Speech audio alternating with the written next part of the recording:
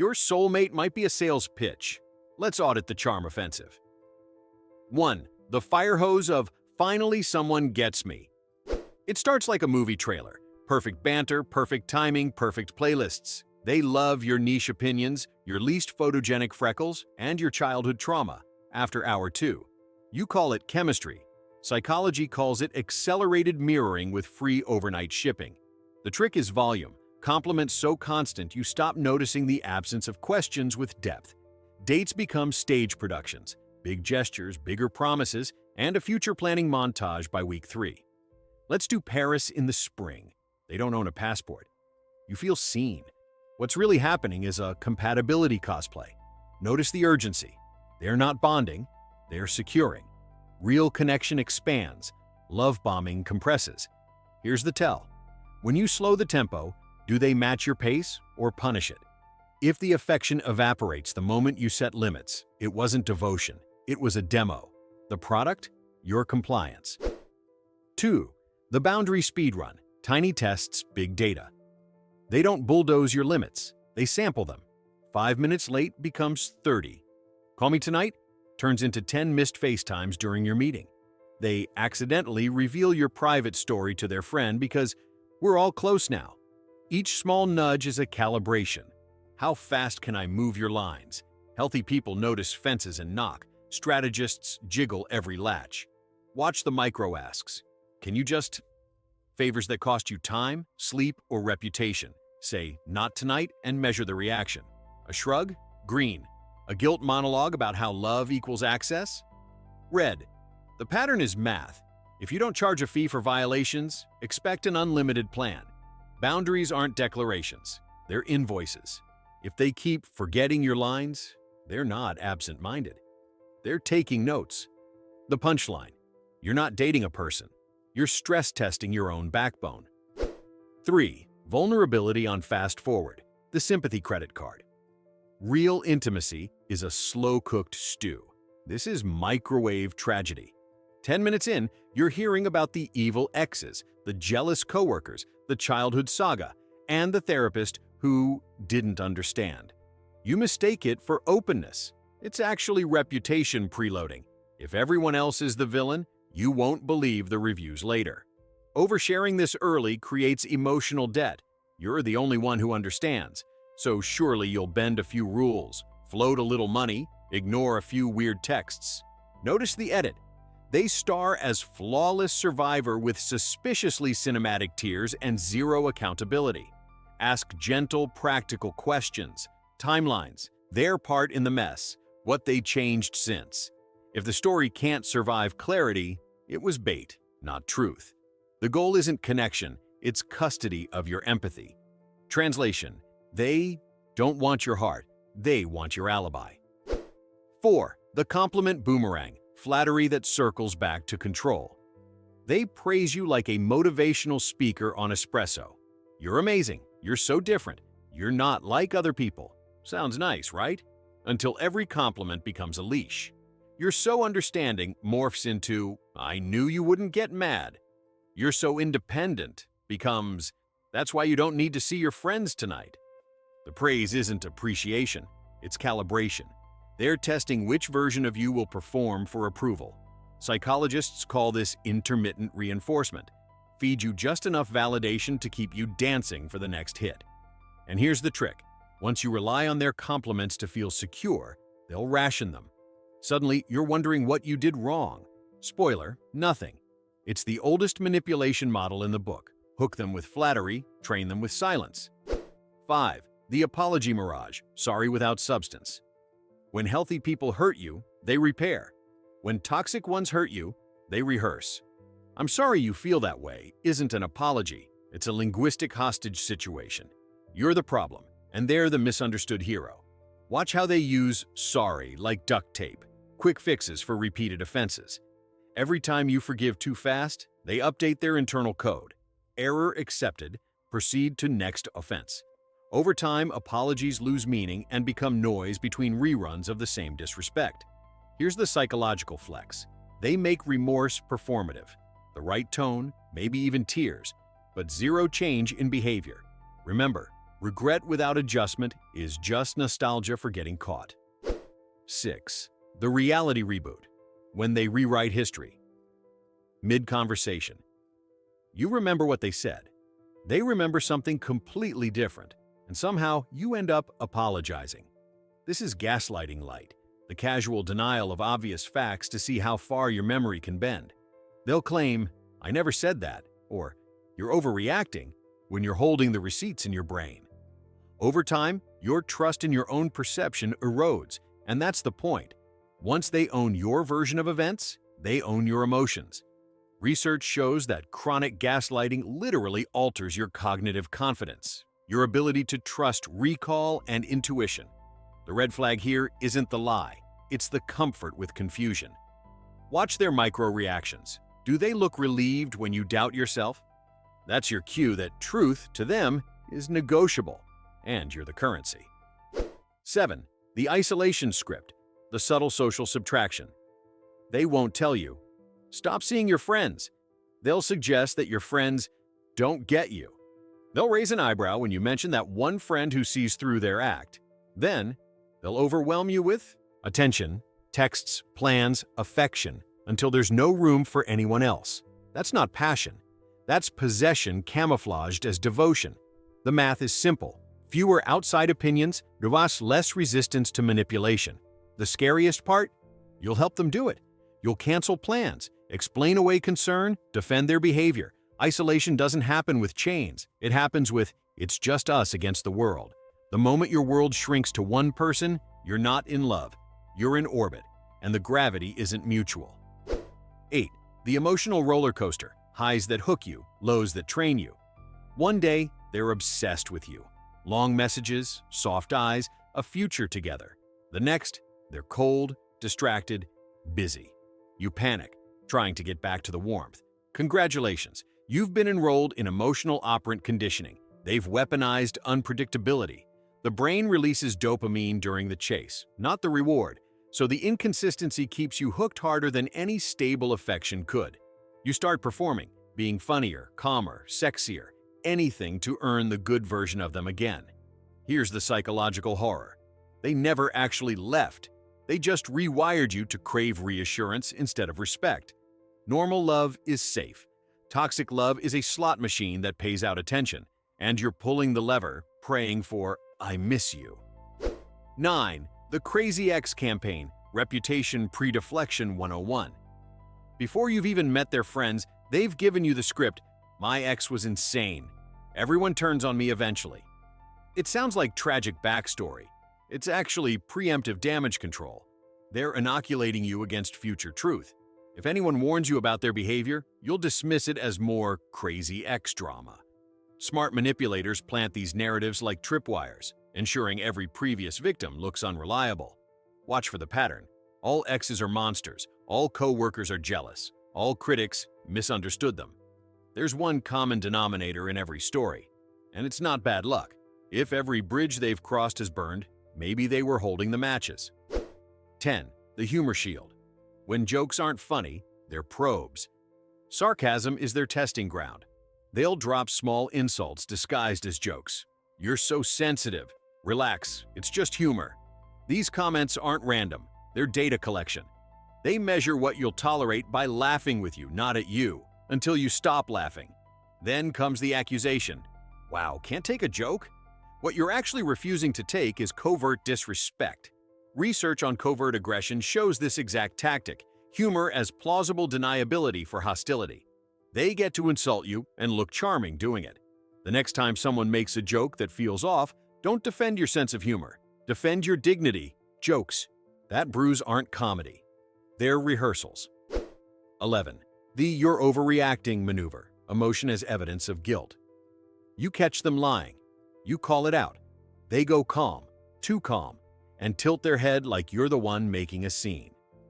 You're overreacting. It's the emotional equivalent of deleting the evidence. Here's the twist. When you get angry or cry, they use your emotion as proof you're unstable. This is called reactive abuse. They push you until you break, then point at your reaction to justify the original abuse. Eventually, you start policing your tone just to avoid giving them ammunition. That's not emotional regulation, that's self-erasure. Real stability doesn't come from silence, it comes from safety. If you have to mute your feelings to keep someone calm, you're not peaceful. You're pacified. 12. The identity drain. When you start sounding like their echo. Remember when you had opinions, hobbies, music taste? Slowly, you start adopting theirs. Not because you're impressionable, but because survival requires similarity. Their approval becomes your oxygen, so you adapt to breathe. It starts small. You stop disagreeing to keep things smooth. Then you stop deciding altogether. Cognitive psychologists call this self-concept erosion. Your brain merges identity with attachment to reduce conflict. One day, you realize you don't even know what you like anymore. That's not love, that's assimilation. The red flag isn't losing yourself, it's celebrating it. When someone says, "You complete me," they mean, "I plan to replace you." Don't merge, mirror check. You might not recognize the reflection anymore. 13. The guilt donation drive. When empathy becomes a weapon. They don't shout, they sigh. They don't accuse, they hurt. Because of you. Every unmet request becomes an emotional invoice. I just thought you cared. I didn't think you'd be like everyone else. It's not guilt tripping, it's emotional taxation. Healthy guilt says, I did something wrong. Manipulative guilt says, you're responsible for my feelings. Over time, you start apologizing for things that aren't your fault. Their bad mood, their boredom, their unmet expectations.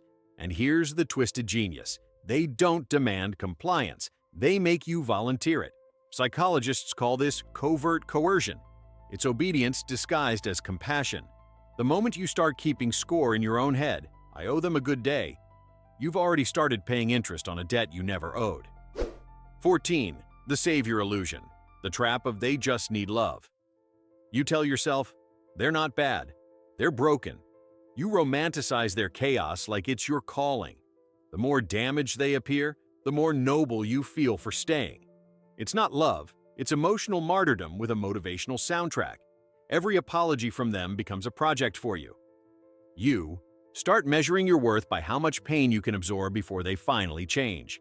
Spoiler, they won't. You're not healing them, you're shielding them from consequence.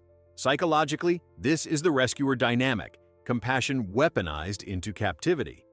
When you start confusing patience with purpose, stop and ask, if my love fixes people, why do I always end up the one broken? 15. The reverse therapist. When you're always the problem solver. Ever notice how you end up being their unpaid emotional mechanic? Every crisis, every meltdown, every existential dread, you're the first call. But when you need support, suddenly they're too tired and too busy or didn't realize it was serious. That's not a relationship. That's a service contract. Here's the psychological con. They reward your empathy just enough to keep you diagnosing their drama. You mistake dependency for intimacy. The truth is simpler. You're not needed. You're useful. When a relationship feels like emotional customer service, start asking for payment, in reciprocity. Watch how fast they hang up. 16. The calm. Before the control, fake peace as a strategy. After every explosion, they transform into Zen monks. Let's not fight, they whisper. I just want peace. But their version of peace means your silence. The conflict ends when you stop talking about it, not when the problem's fixed. They weaponize calm, a psychological sleight of hand that makes you look unstable for wanting accountability. You start questioning yourself. Am I dramatic? Am I overthinking? No. You're reacting like a human in an emotional hostage situation. This pattern is called the abuse apology cycle. Chaos, guilt, calm, repeat. Each peace phase trains you to crave the quiet more than fairness. Soon you'll accept any treatment just to avoid another war. That's not serenity. That's surrender. 17. The ghost in the mirror. When they become everything you need and then disappear. At first, they're your emotional twin. They mirror every dream, fear, and inside joke until it feels faded. You think you've met your soulmate, you've actually met a projectionist. Psychologists call it identity mirroring. They scan your emotional blueprint, then copy it perfectly to fast-track intimacy. But the moment you're hooked, they vanish. Physically, emotionally, digitally. The silence is surgical. You spiral, replaying every detail, convinced you did something wrong. That's the point. The disappearance isn't absence, it's conditioning. Ghosting after intensity creates psychological withdrawal identical to addiction. They know you'll chase closure, which gives them power without presence. When they finally reappear, you don't question the manipulation. You're just relieved the pain stops. That's not reunion, it's relapse. 18. The "you made me do it" loop. Blame as self-defense. They mess up, lie, snap, disappear, then flip the script like it's Broadway. "I wouldn't have yelled if you'd just listened. You know how I get when you push me." It's responsibility laundering. Their outburst becomes your fault, and you start apologizing for their behavior. Classic projection. They outsource shame so they can stay spotless. The psychological trick here is reversal conditioning. They act out, you feel guilt, they feel relief. If you catch yourself thinking, "Maybe I could have phrased it better," pause. You didn't cause the storm. You just got blamed for getting wet. 19. The pity bait. Sadness that feeds on rescue. Every boundary you set triggers a meltdown. They cry, withdraw, spiral. You cave because you don't want to abandon them. Congratulations, you've been cast as their emotional parent. Toxic people weaponize fragility. Tears become tools, silence becomes a leash. Real vulnerability invites closeness. Manufactured weakness demands compliance. Here's the secret metric. Healthy sadness asks for comfort. Manipulative sadness demands correction. If every time you say no, you have to nurse their feelings for 3 days, you're not in love, you're in daycare. 20. The double standard Olympics. Rules for thee, chaos for me. They can flirt, vanish, break promises, all no big deal. But if you so much as delay a text, it's betrayal. Welcome to asymmetrical accountability. The relationship becomes a courtroom where only you can be guilty. They justify, minimize, rationalize anything to stay unexamined. Watch how every argument ends with your defense instead of their explanation. That's the goal. Make you the defendant so you forget to notice the judge is crooked. 21. The concern that feels like surveillance. It starts as sweet. "Text me when you get home. Send me a pic so I know you're safe." Fast forward 6 months, and they're tracking your location, commenting on your typing speed, and accusing you of hiding something when your battery dies. That's not protection. That's policing. Psychologists call this intrusive monitoring, the illusion of care masking control. Genuine concern relaxes once you're safe. Obsessive concern only relaxes when you're compliant. If love starts to feel like a security system, you're not cherished. You're being audited. 22. The intellectual cage. Debate as domination.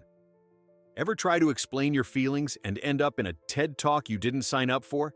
They hijack every emotional conversation with logic, statistics, hypotheticals, moral philosophy. You're crying, they're citing. This isn't intellect. It's emotional invalidation wearing glasses. The point is to prove, not to connect. They turn feelings into thesis statements they can refute. The result? You stop trusting your own perspective. If someone keeps winning conversations you never meant to have, they're not smarter, just louder. Emotional intelligence doesn't flex, it listens. 23. The faux forgiveness. Reset without repair. After every explosion, they want a clean slate. Let's just move on. I don't want to dwell on negativity. Translation: erase the evidence before accountability arrives. This is forgiveness theater, a reset button that benefits only them. They call you bitter for remembering, immature for setting consequences, toxic for wanting change. But forgiveness without modification is spiritual gaslighting. Real healing requires acknowledgement. Fake peace requires amnesia. If someone demands forgiveness faster than they can spell responsibility, they're not asking for grace. They're asking for permission to do it again. 24. The empathy swap. When they play the victim. During your pain, you finally open up, maybe about how much their behavior hurt you. And somehow, within 30 seconds, you're the one comforting them. Wow, I guess I'm just the worst person ever. I can't believe you'd think that about me. The conversation flips faster than a magician's card trick. This isn't miscommunication, it's empathy hijacking. They steal the emotional spotlight before accountability can land. You walk in bleeding. They leave with the sympathy bandage. Pay attention to who gets the comfort when you're hurting. That's who the relationship is really about. 25. The changed version. The comeback tour of the same person. They vanish, apologize, promise growth, and return looking self-aware. Maybe they read a book, dropped a few therapy buzzwords, even learned how to say boundaries without sneering. Don't be fooled. This is the rebrand phase. What's changed isn't their nature. It's their marketing. Psychologists call it impression management. Short-term performance to regain access. They'll quote healing posts, talk about accountability, and perform sincerity like it's Shakespeare in couples therapy. But change without discomfort isn't change, it's costume design. Ask yourself, does their consistency last beyond the honeymoon reboot? Because I'm different now means nothing if the sequel's written by the same director. 26. The disappearing self, when you finally forget what normal feels like. By the time it's over, you don't explode, you deflate. You start talking quieter, walking smaller, second-guessing every word like it's a bomb code. That's not love's aftermath. That's psychological malnutrition. The final red flag isn't them. It's you not recognizing yourself in the mirror. Toxic people don't just break hearts. They rewire identities. You survived by shrinking, but survival isn't living. The biggest plot twist? When you finally leave, they'll say you changed. And for once, they'll be right. Because now you have. So there you have it. 26 red flags so subtle you'll swear they were love. If more than 3 sounded familiar, congratulations. You've officially completed the advanced course in Emotional Manipulation 101. Drop a comment confessing which flag hit hardest, or don't. I already know you'll overthink it before hitting send. Because the truth is simple. Toxic people don't steal your time. They rent your mind. And the moment you start charging rent, they move out.